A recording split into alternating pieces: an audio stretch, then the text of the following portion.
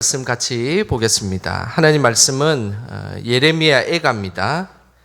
예레미야 애가 3장 19절에서 24절까지 말씀입니다.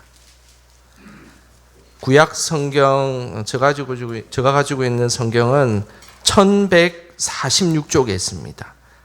구약 성경 1146쪽에 예레미야 애가 3장 19절에서 24절까지 말씀입니다. 우리 한 목소리로 말씀 19절부터 24절까지 읽겠습니다. 내 고초와 재난 곧 쑥과 담즙을 기억하소서. 내 마음이 그것을 기억하고 내가 낙심이 되오나 이것을 내가 내 마음에 담아 두었더니 그것이 오히려 나의 소망이 되었사오면 여호와의 인자와 긍휼이 무궁하심으로 우리가 진멸되지 아니함이니이다. 이것들이 아침마다 새로우니 주의 성실하심이 크시도소이다.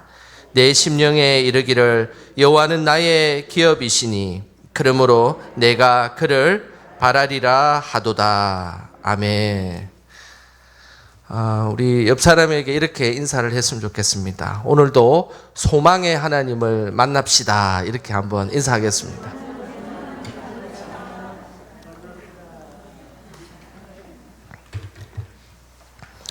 늘 저희들이 어쩔 때는 소망이 없는 그런 인생을 살아가지만 그래도 하나님 주신 힘으로 소망 가운데 거하시는 우리 성도님들 되시기를 주님의 이름으로 축복합니다.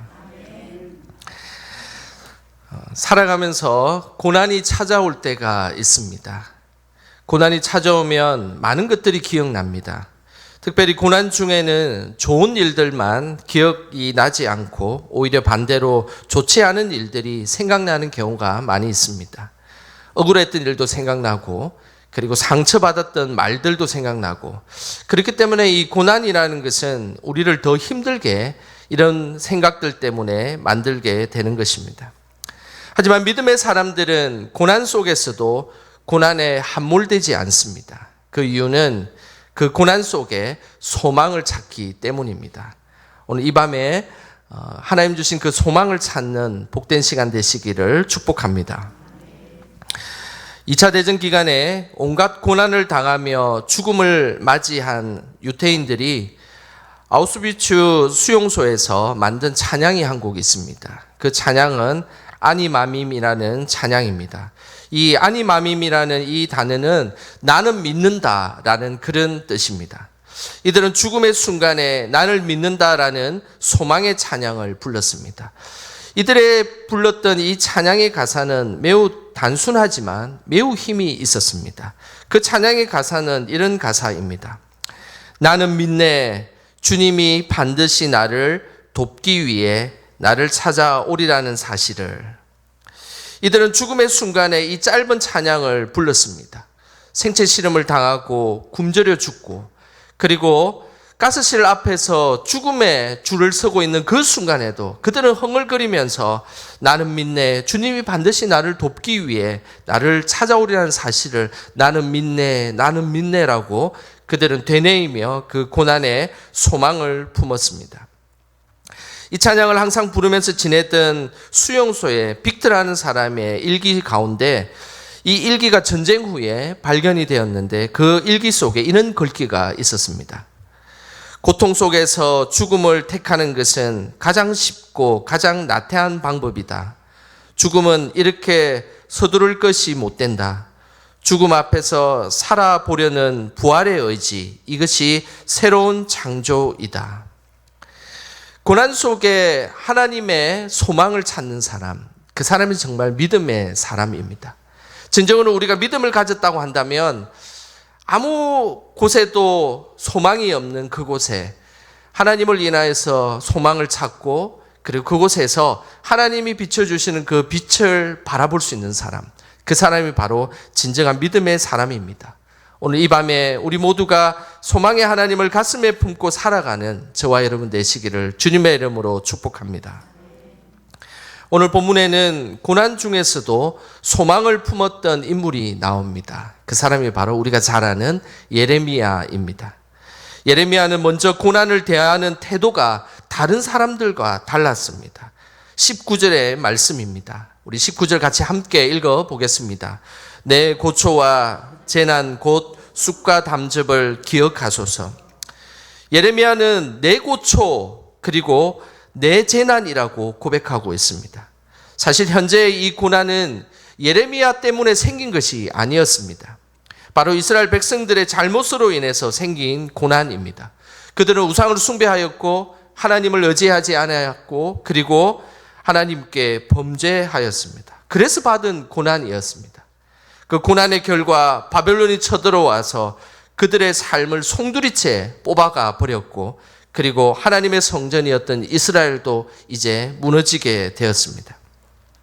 그 속에서 우상을 숭배하지 말고 하나님만을 의지하고 그리고 죄를 돌이키라라는 그것을 외쳤던 선지자가 바로 예레미야였습니다. 이 고난의 궁극적 원인은 이스라엘의 죄악 때문이었습니다. 예레미야의 잘못이 아니었습니다. 그런데 예레미야는 오늘 백성들의 잘못을 내 고초 그리고 내 재난이라고 고백하고 있다는 사실입니다. 이 태도는 바로 기도의 사람이 가져야 하는 태도입니다. 저 사람의 잘못은 저 사람 때문이야. 저 문제는 저 사람이 저질러 놓은 문제야라고 남 탓을 하지 않습니다. 기도의 사람은 그 잘못은 내 잘못이고 그리고 저 문제는 바로 나의 문제다라고 고백하는 사람. 그것이 바로 기도의 사람의 모습입니다. 민족의 죄, 가족의 죄, 이웃의 죄를 나의 죄로 동일시하고 있는 것입니다. 그 죄에 대한 동일시의 표현이 오늘 성경 본문에는 쑥과 담즙이라는 표현을 쓰고 있습니다. 담즙은 우리 몸속에서 물이 나올 때, 우리가 역겨울 때 속에서 물이 나오지 않습니까? 그런데 처음에는 맑은 물이 나오다가 나중에는 그 마지막 순간에 노란 물이 이렇게 나오거든요. 근데 그 노란 물이 나오는 그것이 바로 담즙입니다. 썰개에서 나오는 최후의 쓴물이 바로 담즙인 것입니다. 예레미야는 백성들의 죄로 인해서 바벨론에 멸망당한 이 처참한 모습을 기억하고 그리고 기도하자 그 속에서 쓰디쓴 담즙이 그 속에 나왔다라고 고백하고 있습니다. 그런데 예레미야는 이 쓰디쓴 담즙과 같은 고통을 뱉어버리지 않았습니다. 우리는 쓰디쓴 것이 나오면 본능적으로 뱉어내지 않습니까? 그것은 나의 것이 아닌 것 같고 이것을 빨리 뱉어야만 내가 좋아질 것 같다고 생각하고 있지 않습니까? 하지만 예레미야는 그것을 참고 마음으로 삼켰다라고 말씀하고 있습니다. 21절 전반부에 이렇게 말씀하고 있습니다. 화면을 보시면서 함께 읽어보겠습니다. 이것을 내가 내 마음에 담아 두었더니 21절에 이야기하는 이 전반부에 이것은 바로 이스라엘 백성들의 고통으로 인해서 고난으로 생긴 쓴물 곧 담즙입니다. 그리고 이 쓴물을 뱉어내지 않고 내 마음에 담아 두었다라고 말씀하고 있습니다. 여기서 마음에 담아 두었다는 것은 반복적으로 생각하고 반복적으로 하나님 앞에 기도했다라는 말씀입니다. 예레미야는 이 민족의 죄악이 왜 발생되었는지 곱씹어보고 기도하고 그렇게 자신의 심령 속에 이 백성들의 고난을 계속해서 담아두었다라고 말씀하고 있는 것입니다. 왜 하나님이 이 고난을 주셨는지 그리고 왜 우리 민족이 이런 고난을 당하고 있는지 기도하며 묵상해 보았다라는 것입니다. 우리는 그것에 대해서 한번 묵상해 본 적이 있으십니까? 내 주변에 안 좋은 일이 생기고 그리고 불행한 일이 생기고 고난이 찾아왔을 때 도대체 이 고난이 왜 나에게 왔을까? 그리고 그 고난이 내 주변에 왜 왔을까? 그것을 생각하고 기도해 보신 적이 있으십니까? 오늘 예레미야는 그 고난을 기도하고 곱씹어 보아서 하나님 앞에 나아갔다라고 말씀하고 있는 것입니다. 그러면서 그 반복의 기도 속에서 발견한 것이 있습니다. 그 발견한 것이 21절에 나오는데 우리 21절 전체를 같이 한 번 더 읽어보겠습니다. 이것을 내가 내 마음에 담아 두었더니 그것이 오히려 나의 소망이 되었사오면. 예레미야는 반복적으로 기도하였습니다. 이 백성의 이 고난과 환난과 어려움이 도대체 무엇 때문에 이것이 생겼는지 그것을 품고 기도하는 그 순간에 하나님께서 귀한 기도 속에 발견되는 것이 있었습니다. 그것이 바로 소망이었습니다. 이 고난이 어디서로부터 오고 이 고난이 왜 생겼는지를 기도하고 묵상한 결과 그 속에는 소망이 있음을 발견하게 되었다라는 것입니다. 절망 속에서 믿음의 기도는 소망을 발견하게 합니다. 이 소망이라는 단어는 오힐이라는 단어를 쓰는데 이 오힐이라는 이 단어는 소망하고 기다리고 바라다라는 뜻입니다. 그런데 이 소망은 우리가 평소에 이야기하는 희망이라는 단어와는 전혀 다른 의미를 가지고 있습니다. 희망은 앞일에 대해서 좋은 결과를 기대하는 것인데, 그런데 희망과 소망이 얼핏 보면 비슷한 것처럼 보이지만 그러나 분명한 차이를 가지고 있습니다. 그 차이는 미래를 생각하는 그 출발에서 차이를 가지고 있습니다. 희망은 사람이 출발이 되어 미래에 대해서 막연하게 품는 것입니다. 나의 능력, 나의 진로, 그리고 나의 것들, 이런 것들을 통해서 내가 앞으로 어떻게 될까라고 뭔가를 품는 것, 사람으로 출발된 것은 바로 희망인 것입니다. 그러나 소망은 사람으로 출발하지 않습니다. 하나님의 약속으로 출발한다는 사실입니다. 그래서 하나님이 이렇게 나에게 약속하셨기에 나의 미래는 이렇게 될 것이다 라고 품는 것, 그것이 바로 소망입니다. 믿음의 사람은 희망을 품는 사람이 아닙니다. 믿음의 사람은 소망을 품는 사람입니다. 희망은 흔들릴 수 있고 변할 수 있습니다. 그러나 하나님의 약속으로 출발된 소망은 흔들리지 않습니다. 우리 모두 소망을 품는 그런 저와 여러분 되시길 주님의 이름으로 축원합니다. 예레미야는 고난 가운데 기도하며 소망을 품었습니다. 그러면서 그 소망을 품으면서 기도하자 보물과 같은 하나님의 놀라운 하나님의 마음 두 가지가 발견하게 되었던 것입니다. 그 하나님의 마음이 22절에 이렇게 말씀하고 있습니다. 우리 22절 말씀 같이 함께 읽어보겠습니다. 여호와의 인자와 긍휼이 무궁하심으로 우리가 진멸되지 아니함이니이다. 예레미야는 고난 가운데 소망을 품고 기도하자 하나님의 마음이었던 인자하심과 긍휼하심을 발견하게 되었다라는 것입니다. 예레미야는 고난 가운데 이스라엘 백성들을 정죄하지 않았습니다. 너희들이 잘못해서 이 지경이 되었다라고 정죄하지 않았습니다. 또한 예레미야는 70년 바벨론 포로로 순순히 잡혀가는 것이 하나님의 뜻인데 그것을 반대했던 거짓 선지자들이 예레미야의 뺨을 때리고 그리고 우물에 집어넣는 그 처참한 수모를 당했지만 그들을 원망하지 않았습니다. 오히려 예레미야는 이스라엘 백성과 거짓 선지자를 품고 그리고 안고 기도했다라는 것입니다. 그러면서 그들을 품고 그리고 이 상황을 안고 기도하자 예레미야는 하나님의 마음을 발견하게 된 것입니다. 오늘 그 하나님의 마음의 첫 번째는 인자의 마음입니다. 인자는 헤세드라는 단어를 씁니다. 여러분 그거 아십니까? 우리 금요 찬양단 이름이 헤세드라는 거 알고 계십니까? 기억해 주시길 바랍니다. 헤세드는 말로 표현하기 힘들지만 굳이 표현한다면 하나님의 약속에 기초한 사랑을 헤세드라고 표현합니다. 하나님의 약속에 기초한 변함없는 사랑입니다. 하나님은 우리를 변함없이 사랑하시는 분이십니다. 그리고 그 사랑을 약속으로 성취하시는 분이십니다. 그래서 약속을 기초로 한 그 사랑은 변하지 않습니다. 약속을 했기 때문이죠. 하지만 인간의 사랑은 변합니다. 아무리 약속하고 결심하고 그렇지만 상황과 기분에 따라서 금방금방 변하는 것은 우리 인간의 사랑입니다. 그러나 하나님의 사랑은 변하지 않습니다. 어떤 순간에도 끝까지 우리를 사랑하시는 분, 그분이 우리의 하나님이십니다. 그 하나님의 인자하심이 항상 우리 속에 머물고 있음을 우리는 기억해야 되는 것입니다. 약속을 기초로 변함없이 사랑하시는 그 헤세드 사랑이 바로 하나님의 인자하심입니다. 하나님은 죄에 대해서 분명히 미워하십니다. 그 죄는 분명히 잘못됐다는 것을 정확하게 말씀하고 있습니다. 그러나 우리 존재 자체를 미워하시지는 않는다는 사실입니다. 그래서 우리는 죄로 인해서 고난을 당하면 이런 착각을 할 때가 있습니다. 지금 하나님이 나를 미워하신다라고 그렇게 오해할 때가 있습니다. 그러나 하나님은 죄에 대해서는 미워하지만 우리 존재에 대해서는 절대 미워하지 않고 변함없이 사랑하고 그리고 우리를 위해서 헌신하시는 분, 그분이 바로 우리의 하나님이십니다. 우리 인간은 어떻습니까? 우리는 죄를 지은 그 사람에 대해서 죄에 대해서 미워할 뿐만 아니라 그를 죄를 지은 그 사람에 대해서도 우리는 동일하게 미워합니다.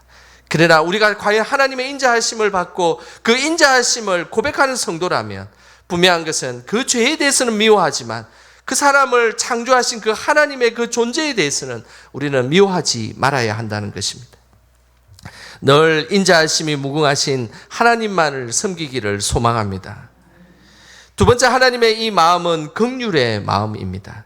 이 긍휼이라는 말은 라함이라는 단어를 쓰는데 이거는 우리가 잘 아는 불쌍히 여기다 하는 마음입니다. 이 라함이라는 이 단어는 불쌍히 여기라는 마음인데 그런데 이것은 어머니의 자궁을 의미하는 단어입니다.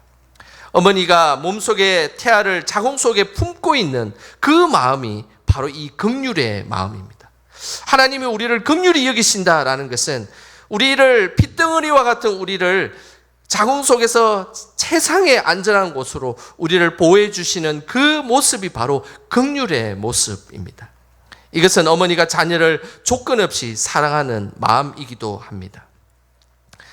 1987년 디트로이트 메트로 항공사에서 비행기 추락이 일어났던 일이 있었습니다. 이 메트로 공항에서 비행기 추락 사고가 일어나고 그 원인은 조종사의 단순한 실수였습니다. 그리고 인근 다리에 추락하게 되었습니다. 당시 승객 154명이 사망했습니다.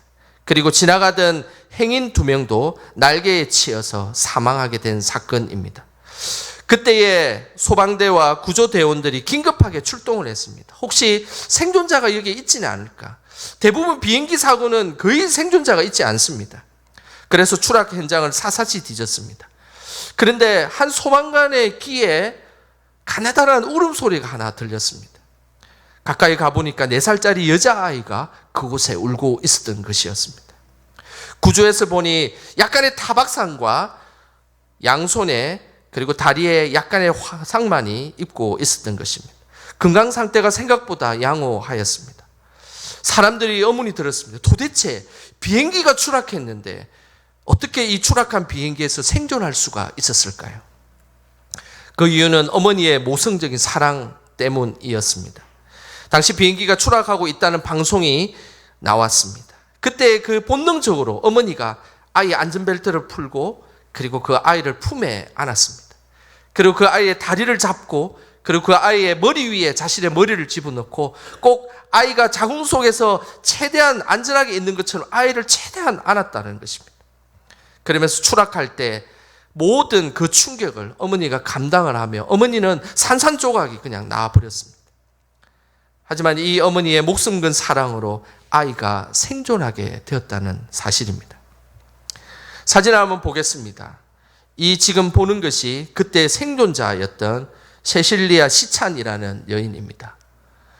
이 세실리아 시찬이라는 이 여인이 지금은 벌써 성인이 되어서 이렇게 잘 자라고 있습니다. 그때 생존회 때 4살 때 모습이 지금 이 작은 사진으로 나와 있는 모습입니다. 오늘 본문에 나오는 긍휼이라는 이 라함이라는 단어는 바로 목숨을 아끼지 않고 아이를 구출하는 그 사랑을 의미하는 것입니다. 하나님은 우리를 이처럼 긍휼히 여기시는 분이십니다. 하나님은 자신의 몸이 산산조각이 날지라도 그 생명을 품기 위해 애쓰시고 그리고 그 생명을 긍휼히 여기시는 분, 그분이 우리의 하나님이십니다. 특별히 오늘 본문에 이 긍휼이라는 단어는 복수형으로 되어 있습니다. 이것은 대단히 의미심장한 그런 말씀입니다. 부모의 사랑은 자식의 사랑으로 한정될 수밖에 없습니다. 인간의 사랑은 그렇습니다. 자식의 사랑으로 한정되고 그냥 주변에 가까운 사람으로 한정될 수밖에 없습니다. 그러나 하나님의 사랑은 복수형입니다. 수천 개, 수만 개의 사랑을 갖고 있다는 것입니다. 하나님의 긍휼하심은 무한 복수의 사랑임을 오늘 본문은 말씀하고 있는 것입니다. 우리 하나님은 변함없이 인자를 베풀어 주시는 우리의 하나님이십니다. 또한 우리 하나님은 무한한 긍휼을 베풀어 주시는 분, 그분이 우리의 하나님이신 것입니다. 예레미야는 하나님의 인자하심과 긍휼하심이 아침 해가 뜰 때마다 매일 우리에게 주신다라고 오늘 고백하고 있습니다. 그 고백이 바로 23절의 고백입니다. 우리 23절 말씀 같이 함께 읽어보겠습니다. 이것들이 아침마다 새로우니 주의 성실하심이 크시도소이다. 하나님의 성실하심은 이루 말할 수가 없습니다. 너무나 정확하게 한치의 한 번도 실수 없이 아침에 해가 뜨는 것처럼 하나님의 그 인자하심은, 그리고 그 긍휼하심은 항상 아침 해가 성실하게 뜨는 것과 같이 우리에게 찾아오시고 우리에게 베풀어 주시는 분, 그분이 우리의 하나님이십니다. 오늘도 우리가 고난 속에 혹시 걸어가고 있지는 않습니까? 그리고 그 고난이 언제 멈출지 모르고 계속 반복되고 있지는 않습니까? 그 순간 그 고난을 품고 하나님 앞에 기도하시길 바랍니다. 그곳에 소망을 발견하게 될 것입니다. 그리고 그 소망 속에는 하나님의 마음인 하나님의 그 인자하심과 긍휼하심의 그 마음을 발견하게 될 것입니다. 그것이 우리의 희망인 것입니다. 끝으로 이 놀라운 하나님의 사랑을 경험한 자들은 이렇게 고백합니다. 마지막 24절 말씀입니다. 우리 다 같이 한 목소리로 함께 읽겠습니다. 내 심령에 이르기를 여호와는 나의 기업이시니 그러므로 내가 그를 바라리라 하도다. 아멘. 이 고백이 저와 여러분의 고백 되시기를 주님의 이름으로 축원합니다. 이 시간 우리 함께 찬양하겠습니다.